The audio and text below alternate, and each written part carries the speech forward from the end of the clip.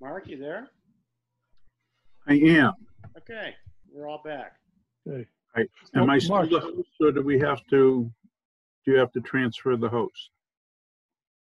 Oh, you want to? Yes, I can. Yeah, I can do that.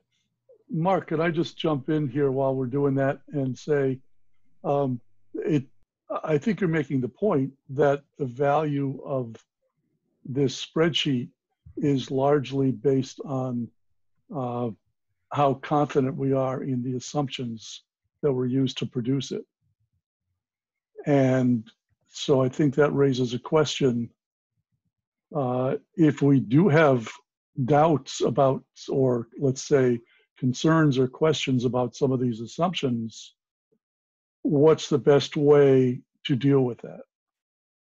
Because, I mean, these are numbers based on a number of assumptions, and I noticed that 2.5% increase myself, and my first question was, how do the towns feel about that?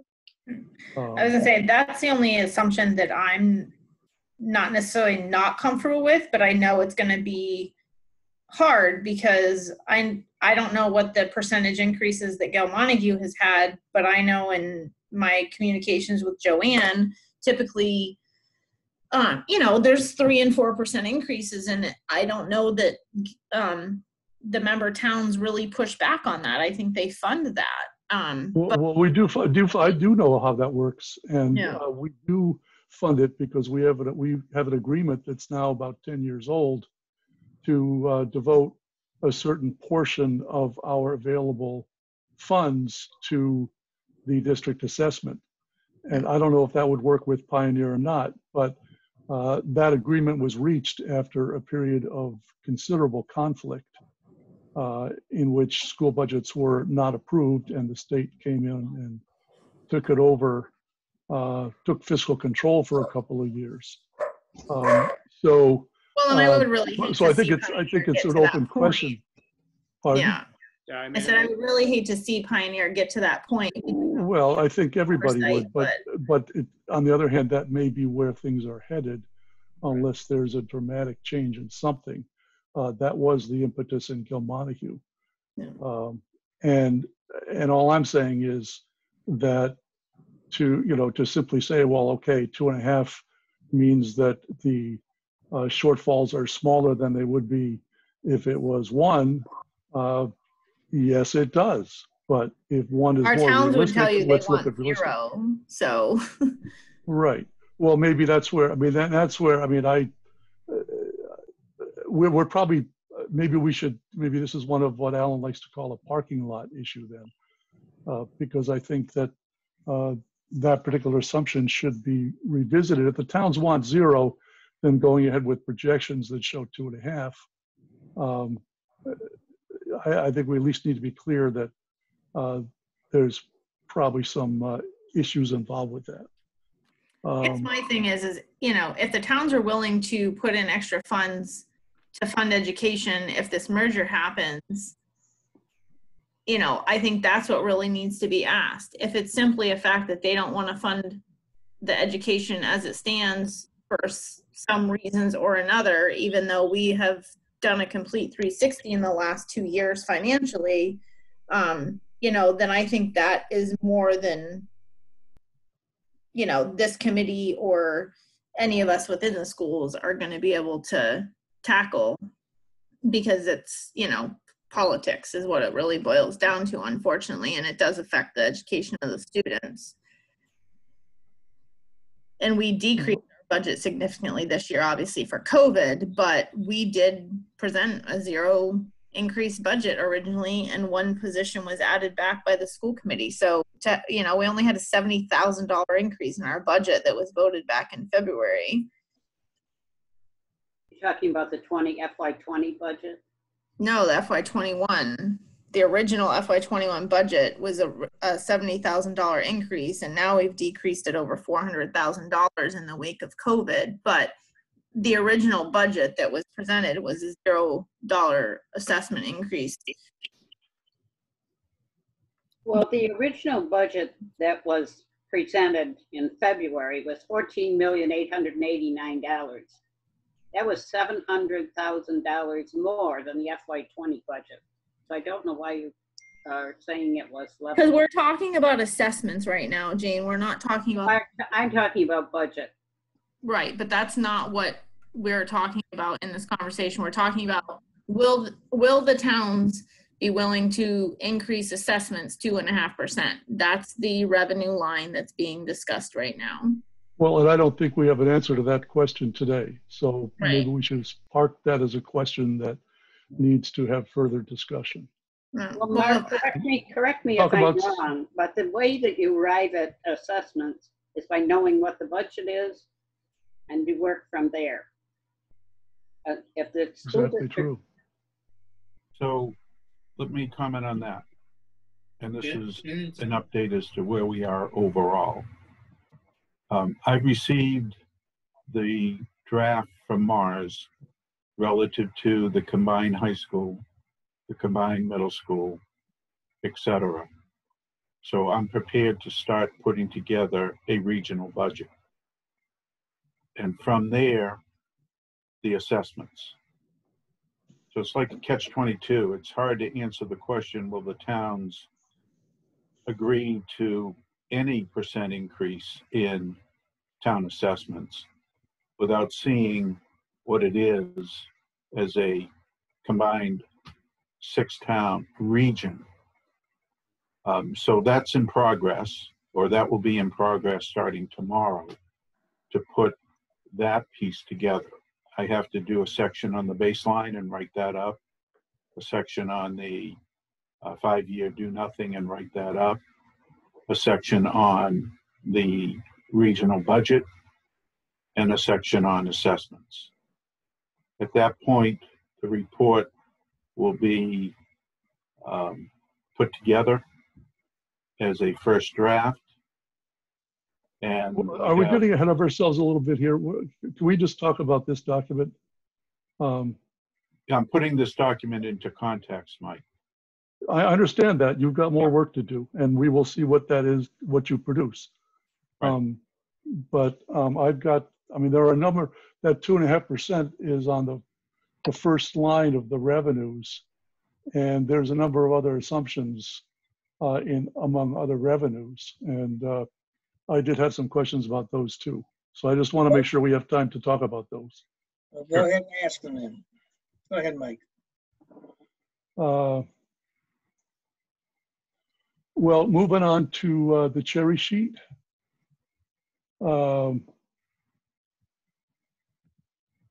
Shows minimum aid at $30 a pupil, $19,920. Does that assume flat foundation enrollment for the next 5 years? So it assumes flat right now. I could take the enrollment and decrease the enrollment. This is foundation enrollment, consistent with the decrease in projected enrollment by NESDEC. That's what I was wondering. Would I mean, maybe that's a question for the committee, but why would we not do that? Given the fact that we have the NESDEC study showing that, do we have better information than the NESDEC study? So what's clear is Pioneer Valley will be minimum aid for many years until the excess of base aid is equal to the foundation aid. Right, or until the foundation formula changes. Right. Which So- is another whole area, because Tanya was saying earlier that unless the towns want to spend more on education, the district won't be able to spend more money. And that assumes that state funding does not change. And we know that before the pandemic hit, there was a lot of movement at the state level to make some changes that hadn't affected Pioneer yet, but might in the future, because Pioneer is having a problem, as are a number of other districts. So I'll just put that out there. I don't think we know what the upshot is, but I would like to see the enrollment projections used for the Chapter 70 projections here be the same as the enrollment projections used in the other. I mean, let's have consistency at least in our assumptions. Let's not assume NASDAQ Foundation budgets in one document and level foundation enrollment in another document. That's all I'm saying. And you realize as that number goes down, your minimum aid goes down, which then affects the bottom line, just like we were talking about under the assessments. If you go 1.25, if you go down 1.15, I mean, as you go down, if you take less on the assessment, it's going to drive your deficits even more so. Yes, it will. But I think let's, I mean, are we interested in using numbers, trying to find numbers that make the deficits look as small as possible, or are we interested in what the deficits might really look like? I would agree you want to look the numbers that make what the deficit could look like is based on certain assumptions. And if you wanted to go back and take what the enrollment shows down, you can multiply that times $30. And then again, you could run, if you think 2.5 is too much, run it at 2, run it at 1.05. And so you could run it 1.02 for 1.1 or something like that. Well, and all the more reason that we get a version of the spreadsheet that doesn't have a bunch of outside links. So when we start making these changes ourselves, it'll be like, you know, I know Jane likes to play around with things. I like to play around with things. But the salaries in here are done based on our step schedules. So, and those are. We aren't talking about salaries yet, are we? No, but those were some of the links that you were referring to, though. So if we're just copy valuing things in here, then that can be done, but it's not going to pull in. Right. It will simply remove that. It will make me feel more comfortable when I open the spreadsheet. So I want to point out that the $30 per pupil might be 30 next year, might be 25, might be 20, might be 55. Over the last 12 years,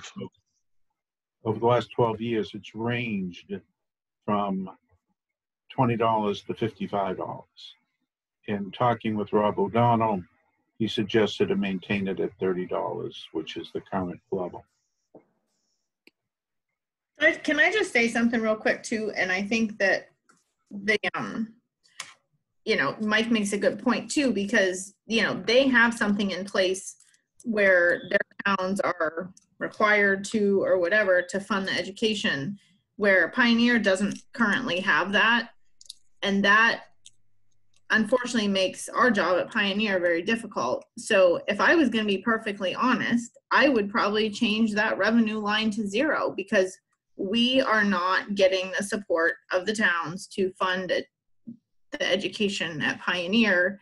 They want level funded budgets, never mind level assessments. So even if the district busts our butt and gets new students from Vernon, which we have done this year and continue to try to increase enrollment, we are not going to reap the benefits of being able to restore education through those efforts.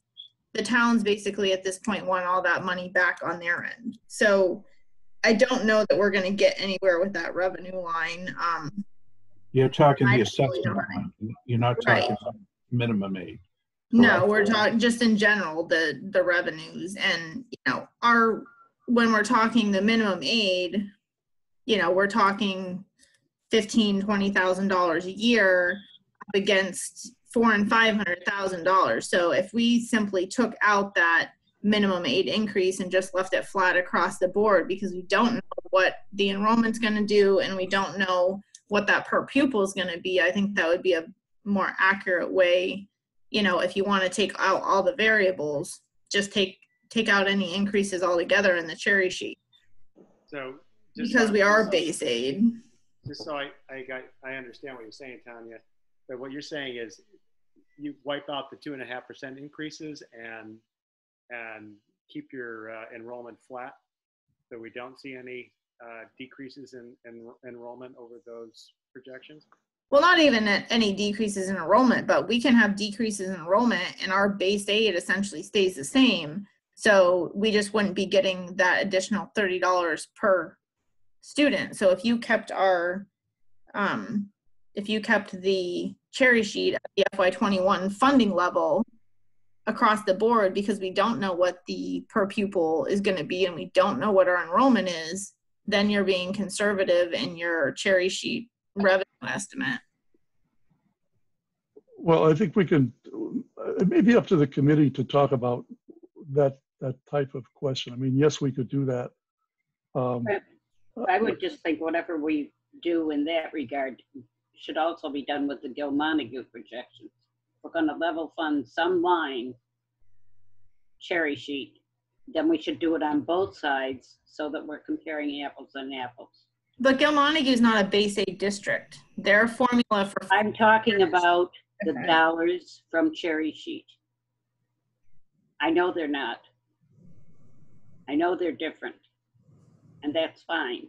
But if we're going to level fund one line item in one school, we should level fund it in the other so that we're looking at the same kind of projection on both sides. No, I don't think so. No, that's not. You can't do that because they're two completely different districts with two completely different Chapter 70 formulas. Well, what I hear Jane saying is that we should make the same assumptions for Gil-Montague as we make for Pioneer. Now, if there are different circumstances where one district has a situation the other district doesn't have, then it doesn't make, you can't make the same assumption because you're not talking about the same thing.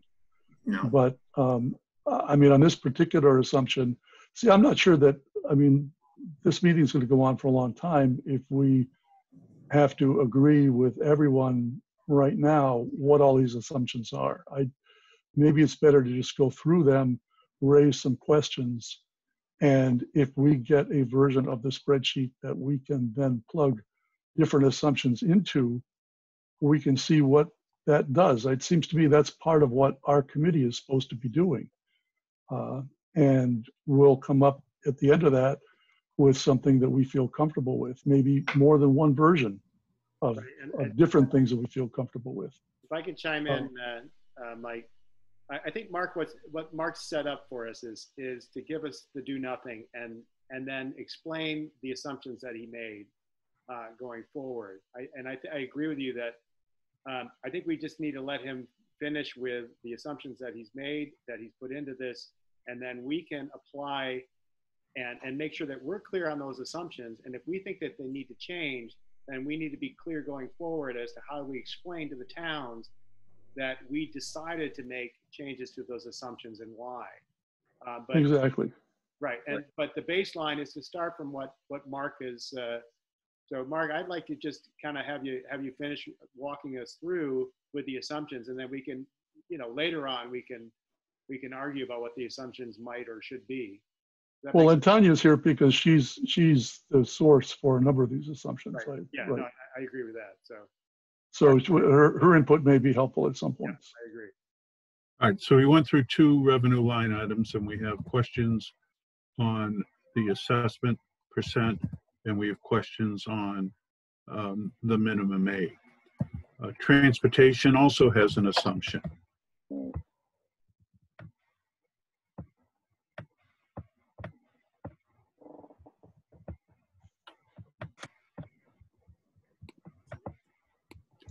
So on the transportation spreadsheet, you've got both the costs and you've got the reimbursement.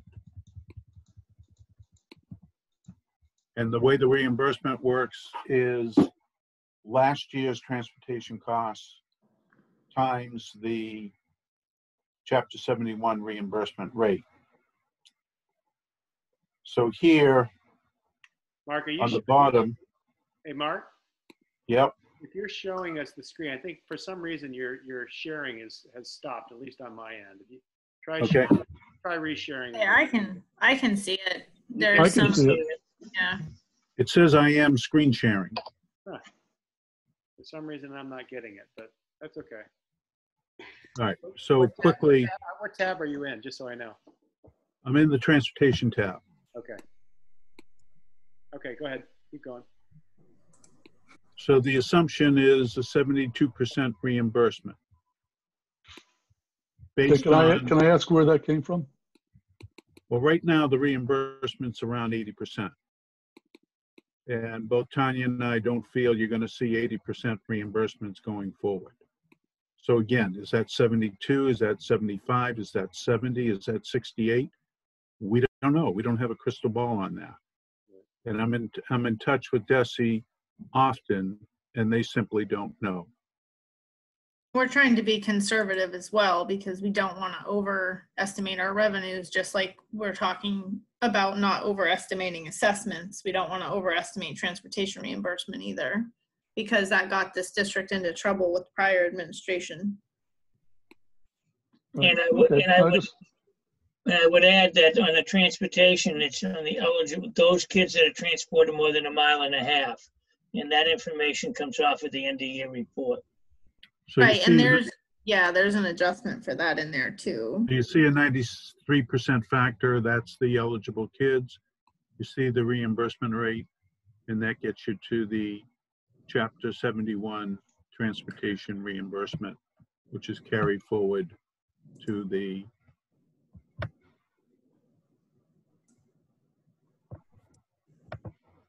five-year do nothing. Well, sorry, which is carried forward to the revenue line. Charter school reimbursement, again, no crystal ball, keeping it flat based on the 21 budget. Medicaid, again, no crystal ball. The charter school, again, is that because you expect the same number of kids to go to charter school? Yep, we pretty much have had a level amount of kids attending charter schools for the past 10 years. It's been 22 or 23 students. And that hasn't. But it looks like the FY20 budget was 41,000. FY19 budget was 22,000. So the reason those changed is because we were only getting the way the formula that the state is using for those changed, and that's why the amounts have increased on what we're getting reimbursement for in the charter. Okay. Okay. Tuition.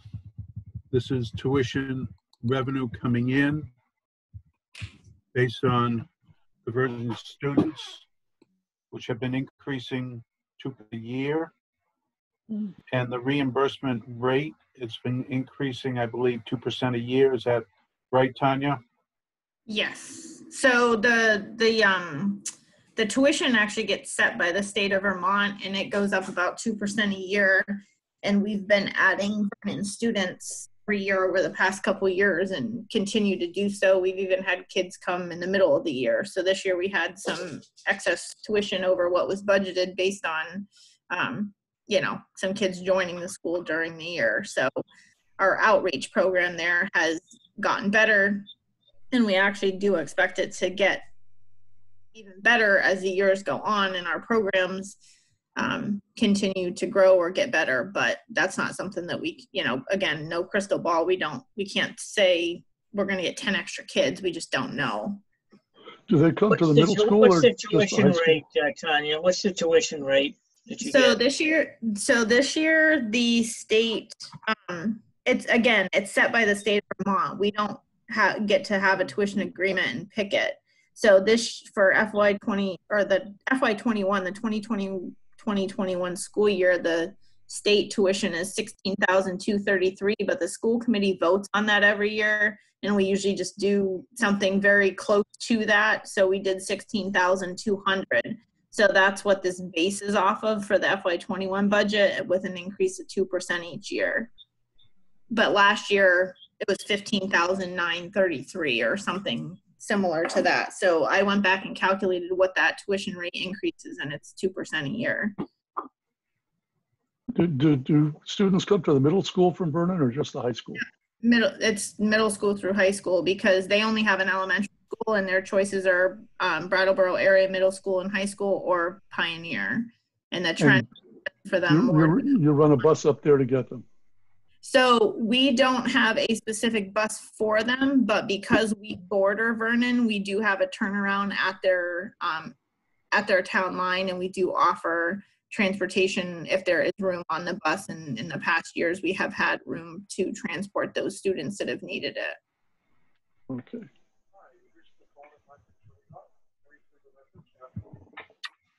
Interest earnings, a flat 2,000 based on 21. And the 4-year use of E&D starting in 21, 150,000, 22, 23, 24.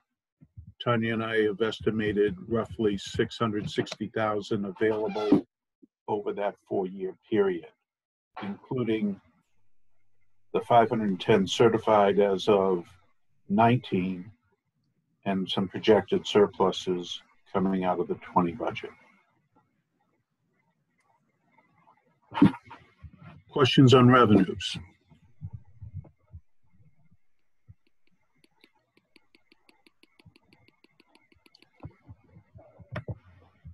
I didn't hear you, Mike. I didn't say anything.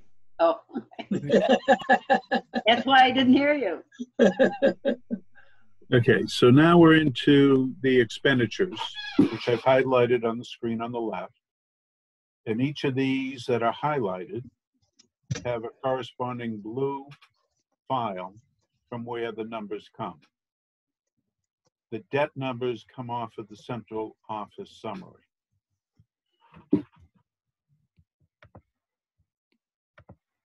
Athletics, fiscal 21 budget. The 148 has been broken down into salaries, transportation, and supply in order to apply these percentages on an annual base increase to get to the amounts that are carried forward into the 5-year summary. The salaries are set. Tanya, your contract has been negotiated to begin fiscal 21 for 3 years. Is that correct?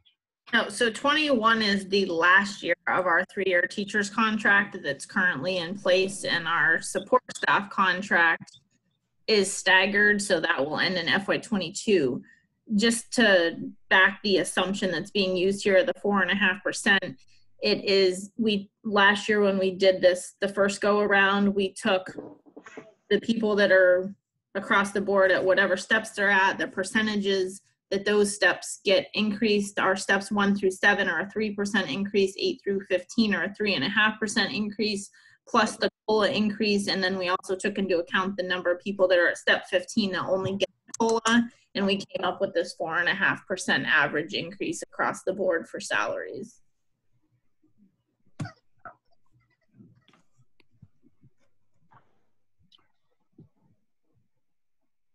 And your transportation contract has been negotiated? We're on a 5-year contract, and this is our first of 5 years. And we don't expect it to go up any more than the 2.5% in the new, because we did away with the calculator for fuel. We used to get a discount if the fuel prices fluctuated down or up. And we did away with that to hopefully level out these contracts as we roll over into a new 5-year, hopefully. So we won't see as large of a spike. And you're confident that athletic revolving will generate 56,000 going forward? Yeah, so we actually did a full analysis, and I've continued to update it even with the COVID crisis and not having spring sports. We based it on the average user fees collected, and we also have a uniform replacement schedule. So between transportation and uniforms that are spent out of that fund, we're confident that we can continue to support this. Questions on athletics? Tom, did you just say you assume a 2.5% increase on the transportation? It's not an assumption. That's what's in our contract currently. So the spreadsheet shows 3.5%. So it should be 2.5%. We have 2.5% in our contract right now, and then moving into once we go into a new 5-year contract, the contractor that we're currently using, well, you guys use them too, because Meskis, they're hoping that they won't have to, we had a 5% spike when we rolled over into new contract, but that was simply because we had been getting the discounts for the fuel and they were having a hard time covering their costs. But in negotiations, the point of doing the COLA at 2.5% versus the 2 or whatever was originally in there was so that we could hopefully continue to keep that 2.5% level, even moving into a new contract when this one ends. So good catch, Mike. And notice when I changed here, the assumption, it changed on each of the 5 years, and that carries into the summary. Now the sped transportation, I would leave that 3.5% in because that's a different vendor and there's a lot more volatility in that sped transportation because it just really depends on where those students are coming from, how long that ride is, et cetera. And we tend to see van pools prices go up more. Okay, central office has a lot of stuff in here. It's got the central office staff, expenses. It used to carry the food service school lunch fund subsidy, no more. It has the debt principal and debt interest.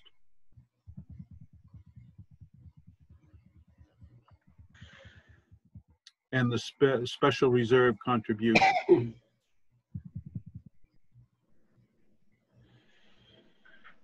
You'll notice the salaries are at 102%. These are administrative salaries. Superintendent salaries at 5%. Staff salaries at 2% increase, expenses at 2%.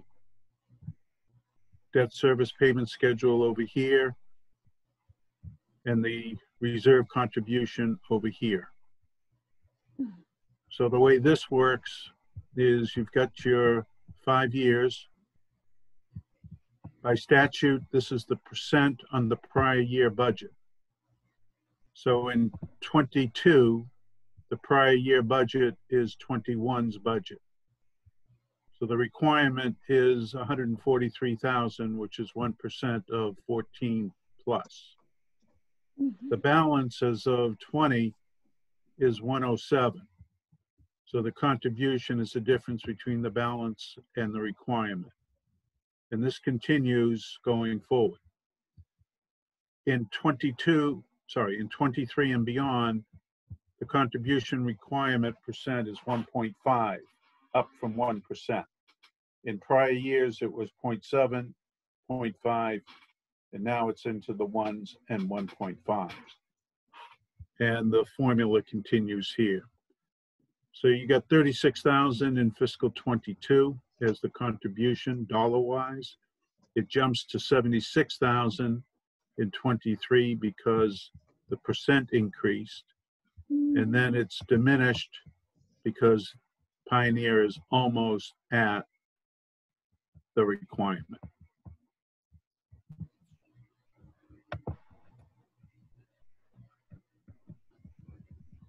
I got a blurb that we're within 5 minutes of ending this section or session. Questions on central office?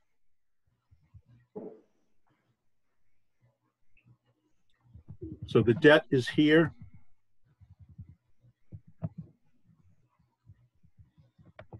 Which corresponds to this line. And the rest is central office, including the reserve and central office staff and supplies.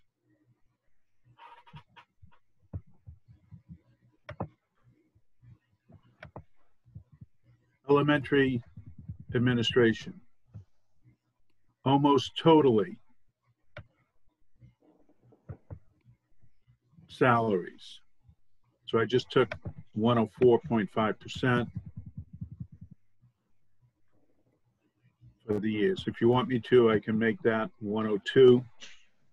and I would redo it? probably do 3% to be conservative, because some of our principals do have more than a 1-year contract and they've been given more than that 2%, but our normal increase right now for any of our administrative staff has been 2%. So 3% I think would be conservative, just because. Instead of 4.5? Yeah, because the 4.5 is for any of our union staff, because they get that step increase plus the COLA. So it's more than just the COLA increase for them. But we're trying to keep the administrative staff at COLA increases, which have been, we've been using 2%. So are there any 3%ers in here?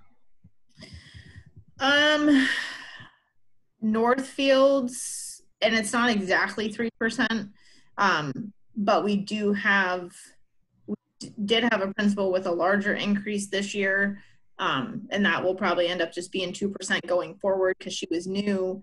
Our principal situation, we have all new principals except for the one at Northfield right now, so it's a little unsure as to what those will be, but we only have one that has a multi-year contract right now, and it's a little more than 3%, I think. So between the other ones and that going forward, I think we'll probably be averaging 2 to 3%.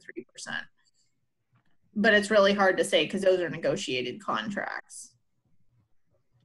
Questions on elementary administration? Elementary instructional assistants. How much time you got left, Mark? Probably 2 minutes. So these are all salaries, 2% salaries. Sorry, 4.5% salary. These are all union. All union.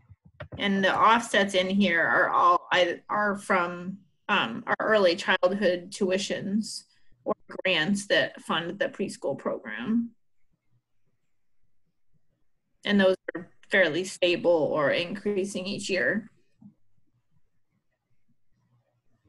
Questions on elementary instructional assistants?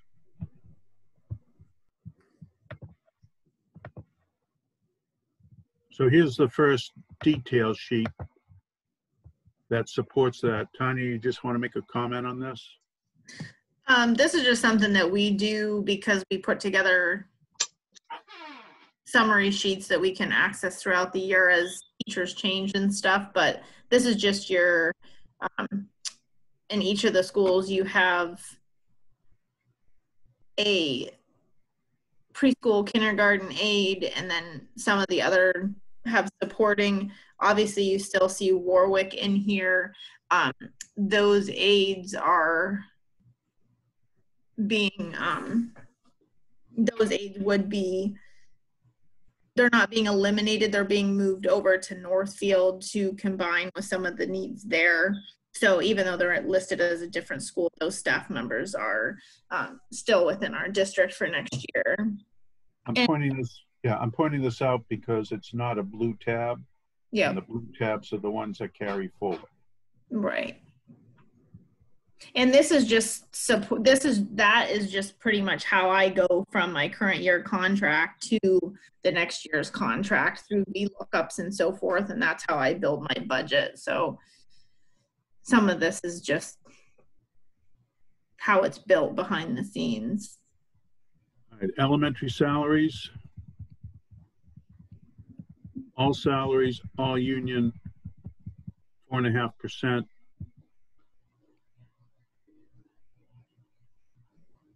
Questions on that?